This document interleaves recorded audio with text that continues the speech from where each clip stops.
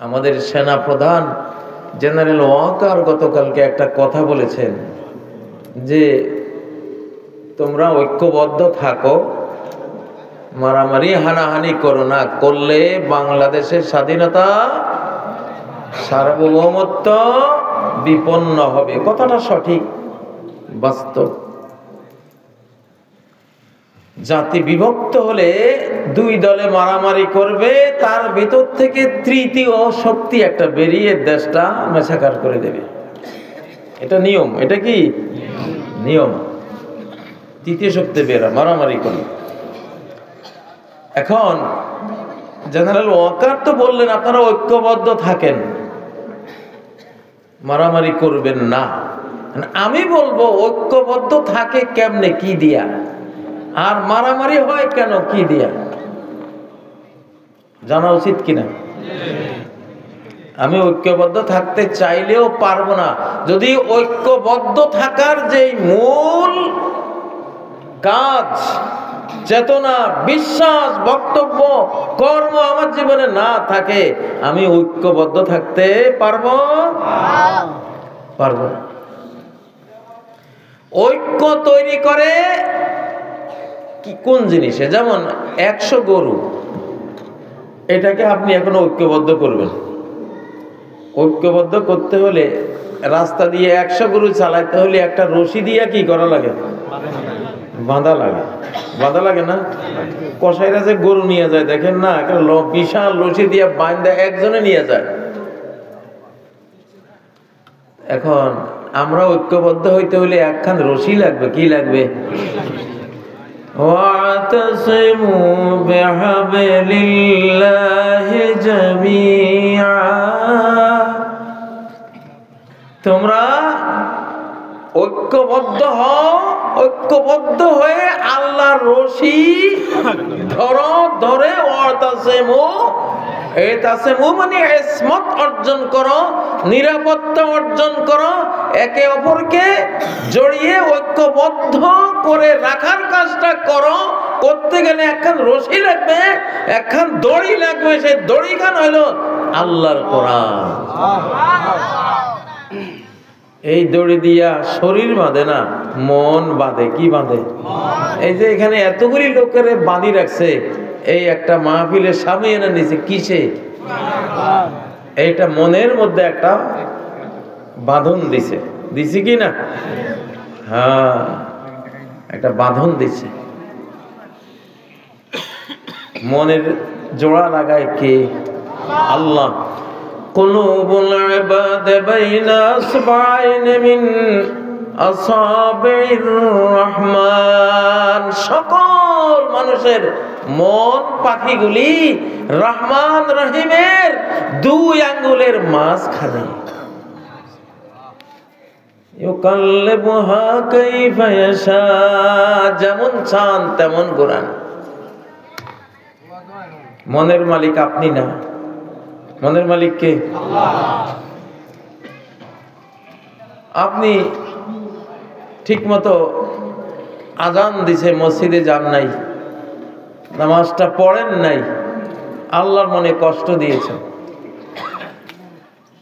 আল্লাহ আপনার স্ত্রীরে দিয়া এমন এক বকা আপনারা শুনাইছে, এখন সংসার যায় অবস্থা। গন্ডগোলটা আপনি বাজাইছেন। আপনি মালিকের মনে কষ্ট দিয়েছেন, ওনার ডাকে সাড়া না দিয়া। মালিক আপনার ঘরে এটার প্রতিশোধ নিছে যে তুই যেমন আমার অন্তরে ব্যথা দিলি, তো তোর স্ত্রী, আদরের স্ত্রী দিয়া গালি শুনাইয়া সেই ব্যথাটা আমি প্রতিশোধ আদায় করিলাম। ঠিক না বেঠিক? ঠিক না বেঠিক? জেনারেল ওয়াকার যে বললেন ঐক্যবদ্ধ থাকেন, গন্ডগোল করেন না, মারামারি করেন না।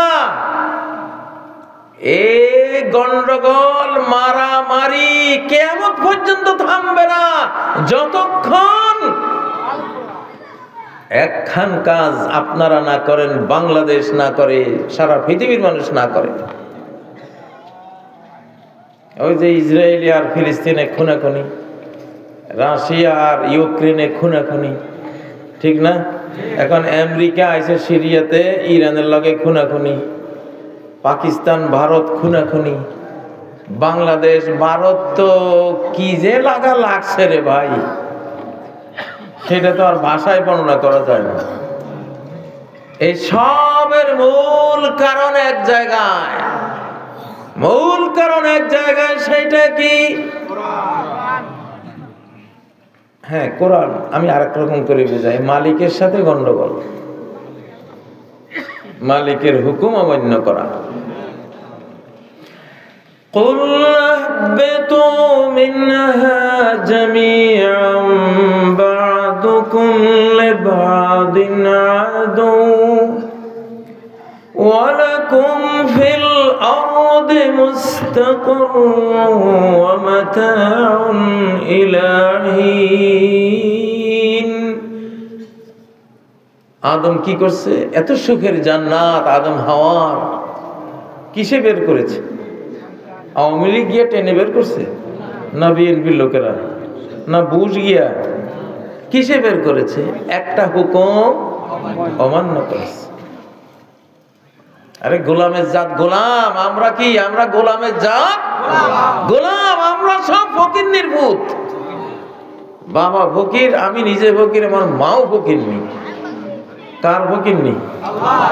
আমরা সবাই আল্লাহর ফকির, আল্লাহর ফকির নি, আল্লাহর ভিখারি, আল্লাহর কাঙ্গাল, আল্লাহর ভিক্ষুক, আল্লাহর দুয়ারের মিসকিন। ঠিক না? তো আল্লাহর গোলাম, ওনার হুকুম অমান্য করার কোন অধিকার আমাদের আছে? আল্লাহ আল্লাহ রাসূলের হুকুম অমান্য করলে জাতি বিভক্ত হয়। জাতি কি হয়? বিভক্ত হয়, ঐক্যবদ্ধ থাকতে পারে না। 2024 আমি প্রত্যেকটা মাহফিলে গিয়া বলতেছি, 2024 2023 না, 2024-এর মাসলা মাসাইল 2022 না, 22-এর মতো না, টোটাল ভিন্ন।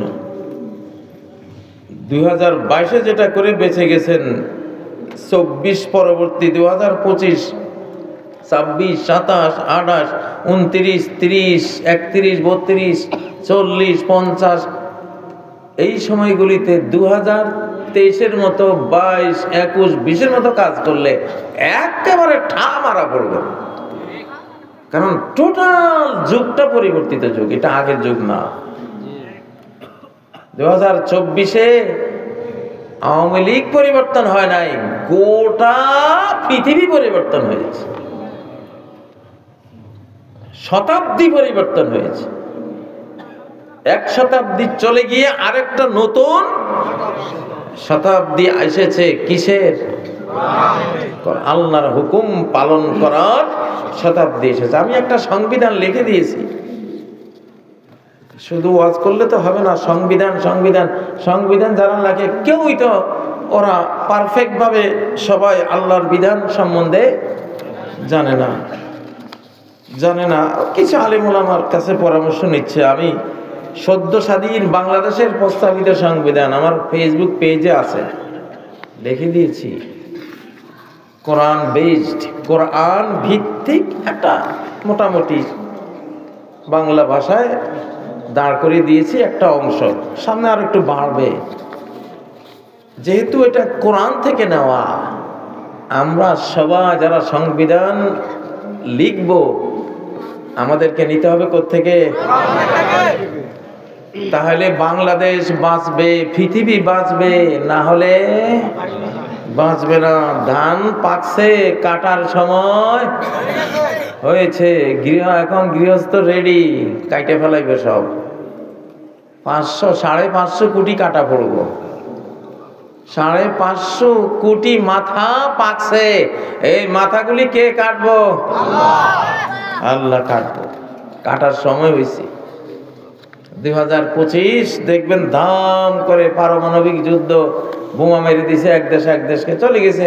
একজনের এক বোমায় 100 কোটি নাই, পাল্টা আরেকজনে মারছে 150 কোটি নাই, আরেকজনে মারছে 75 কোটি নাই। এখন হবে এরকম। তওবা ইস্তেগফার করেন।